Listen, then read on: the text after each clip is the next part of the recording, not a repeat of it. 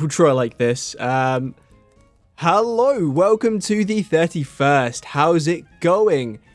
Today's video is sort of going to be like a freeform discussion, almost like a mini podcast episode, just it's me by myself, talking about inanimate object Pokemon and the general idea of life in the Pokemon universe.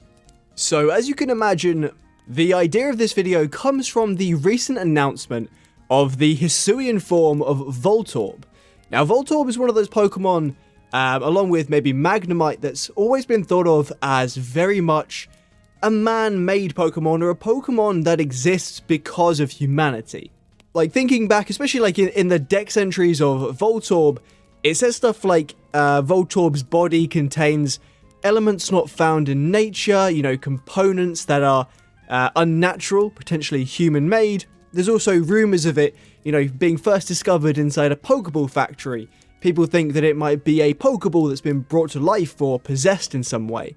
But now we have hisuian Voltorb, which adds this entirely new, like, wrinkle into the story and history of these inanimate object Pokemon. So obviously, hisuian Voltorb is a grass electric type. And it's got these quite interesting, I guess, descriptions on the Pokemon Legends Arceus website that I'll have a little read through now. The main few things it says is that it's obviously got a wooden, grain-like body, and that it contains an inordinate amount of seeds. It's got loads of actual plant seeds within its body. And Voltorb has this, like, hole in the top that it shoots them out of. Now, it's also said that if you look into that hole, it's just pitch black, right? You can't see a single thing. But like I said, they know that it's absolutely chock full of seeds. And continuing on the idea of it being, you know, a pitch black abyss inside of this Voltorb form, if you look at its eyes, like its pupils, you can see it's got that like 3D effect in the artwork. Which means those eyes are actually hollow holes. And what you're seeing is directly into the black abyss that seems to make up the inside of this Pokemon. Now again, there's plenty of speculation to be had in regards to what the hell's going on inside of it. Is it, you know, an abyss, a portal to another dimension? Is it actually a hollow ball that's possessed, right? It does seem to have some kind of unnatural darkness within it, because, you know, normally you'd just be able to look in and see, but you can't. And where are the seeds coming from? You know, who knows? But quite clearly, there is a very biological element to this Voltorb form, right? It's a grass type. And if the general idea carries on from the other games and other regional variants, then it's very likely that the modern Cantonian Voltorb is descended from this hisuian form. And that basically just confirms that modern day Voltorb is a normal, living, biological creature. Now, I've always had my speculations, you know, I personally believed it was for a very long time, right? It's got all the hallmarks of a regular, normal Pokemon. It can be infected with the Pokerus, it has moves, which are, as we know, genetic in nature, it can evolve, it can breed, right? It can do all these very biological things. So, I've always thought that it wasn't just a Pokeball with a living thing inside of it, that it was an altogether living creature of its own, like a biological entity. And the same thing goes for the other inanimate object Pokemon, you know, Magnemite, which, again, in history has been seen to exist well before humanity in its modern era. You know, there's that image of, I think it's in the 3,000 year, like the 3,000 years ago battle in Kalos. There's a picture of Magnemite in the artwork, and obviously that's just artwork or flashback or whatever that scene is, but it shows a Magnemite in the long, long distant past, before we had, you know, electricity and magnets and whatnot. So, yeah, I mean, it does seem very clear to me that these, what people used to believe as electronic, man-made Pokemon, are quite clearly naturally occurring biological entities that breed and evolve over time because they have genes and genetics and are just quirky animals, essentially. But that does bring us on to the idea of inanimate objects being brought to life in the world of Pokemon. It's a story that happens quite a lot in the decks. You know, XYZ gets brought to life by some mysterious source. Whether that's a virus being hit by a laser beam to make deoxys, or inanimate objects being brought to life by people's emotions, things like that, or being struck by energy and it makes them alive. Again, this just seems like more proof that that's almost certainly not the case. All of the inanimate object Pokemon have the same hallmarks, like I said, of being living creatures in the same way that a Pikachu, can breed, evolve, have moves that are genetic, and all these other things be infected by viruses. So can a rock, right? It's probably not a rock that's been brought to life. It's almost certainly a living creature that in some way resembles or incorporate rocks into their own biology. And with a lot of steel types, it's almost certainly going to be the same thing, right? They're living animalistic creatures that have incorporated metals and technology potentially into their own biology and physiology.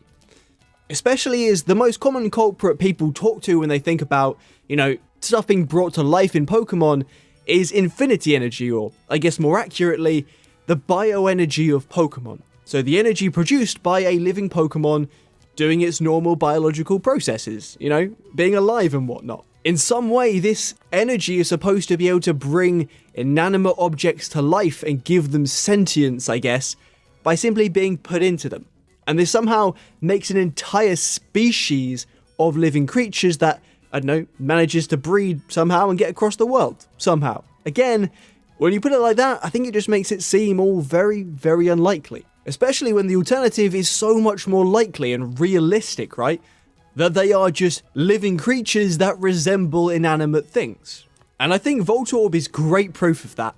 Because if it is the case that the hisuian form of Voltorb has, undergone Darwinian evolution over time to become the modern version of Voltorb, then it's proof that these Pokemon evolve their phenotype, right? They adapt their appearance to match things in the world they live in. In this case, hisuian Voltorb evolved from looking like an old-timey Pokeball or something made of wood into evolving into what looks like a modern Pokeball. For whatever reason, it likes looking like that. While Pokemon bioenergy is a, kind of magical thing, right? It can do all these moves and all this incredible stuff, but at the end of the day, there is simply no evidence that it can actually bring inanimate objects to life. And in terms of simple logic, it seems like that's not the case when it comes to these Pokemon. Especially as bioenergy isn't really the only thing you need to be alive. Something that is concrete fact in the world of Pokemon is the existence of the soul. Both people and Pokemon have spirits that go beyond their corporeal forms, right?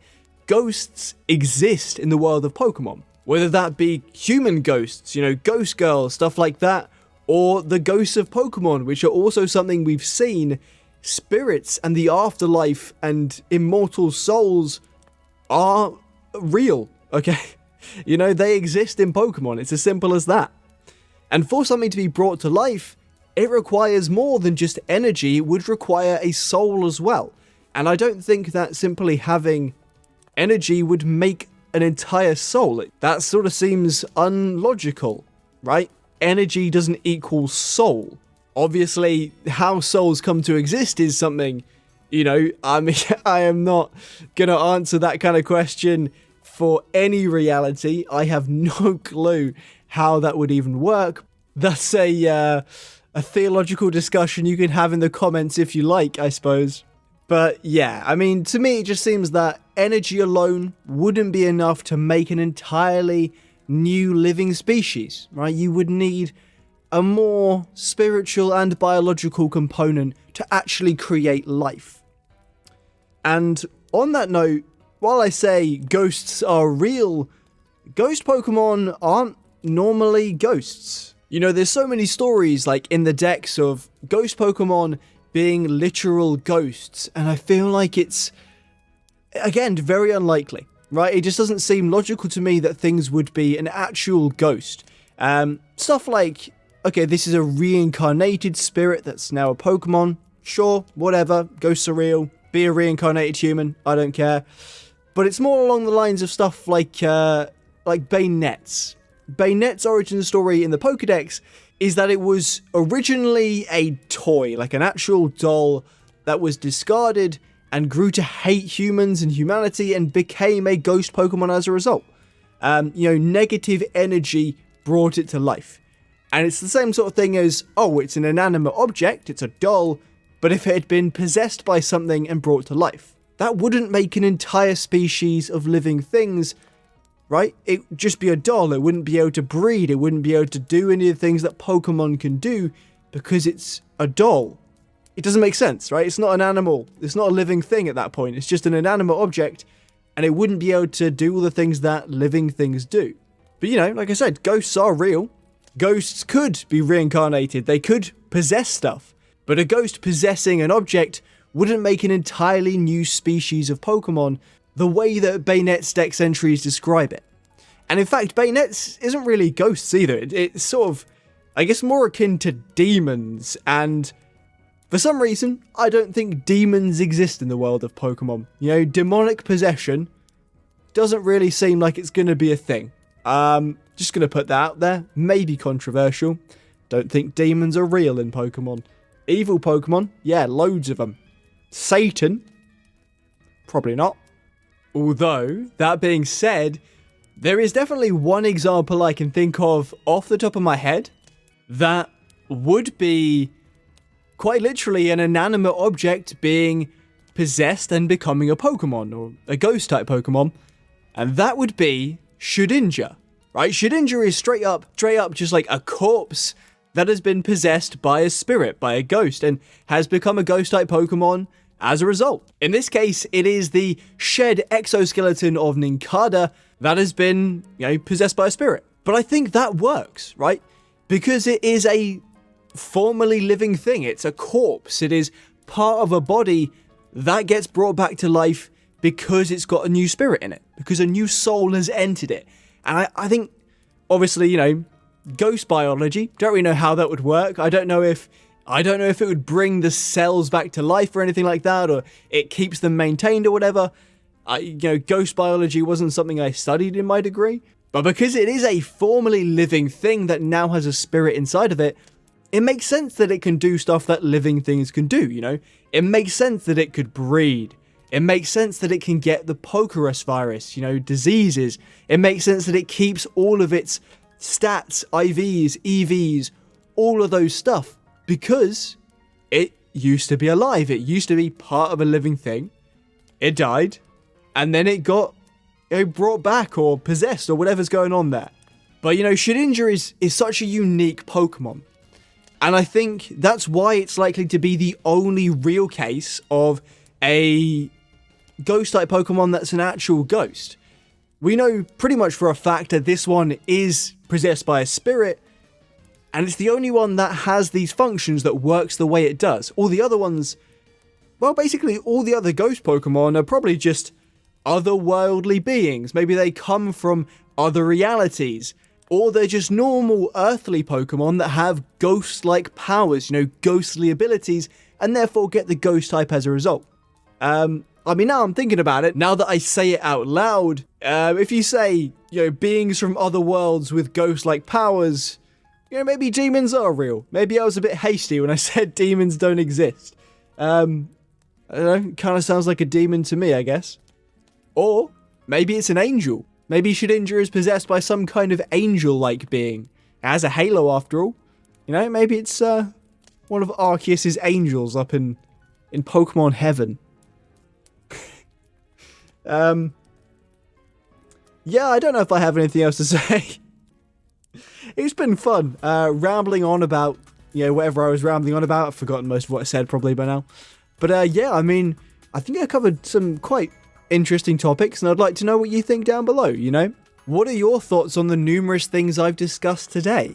Do you have any opinions of your own? If you do, I would genuinely love to hear them. So if you put them in the comments, I'll definitely have a lovely read. With all that said, thank you very much for watching, or listening most likely, as there's not going to be a lot to look at. I really hope you enjoyed, and I hope you are going to leave a like and subscribe to my channel. I want to say a big thank you to Commander Zed, who did the artwork of my lovely Wooper the 31st that you can see. Again, if you're watching, if you're listening, you can't.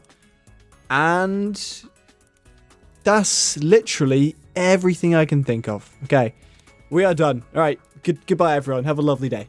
Come join me again next time.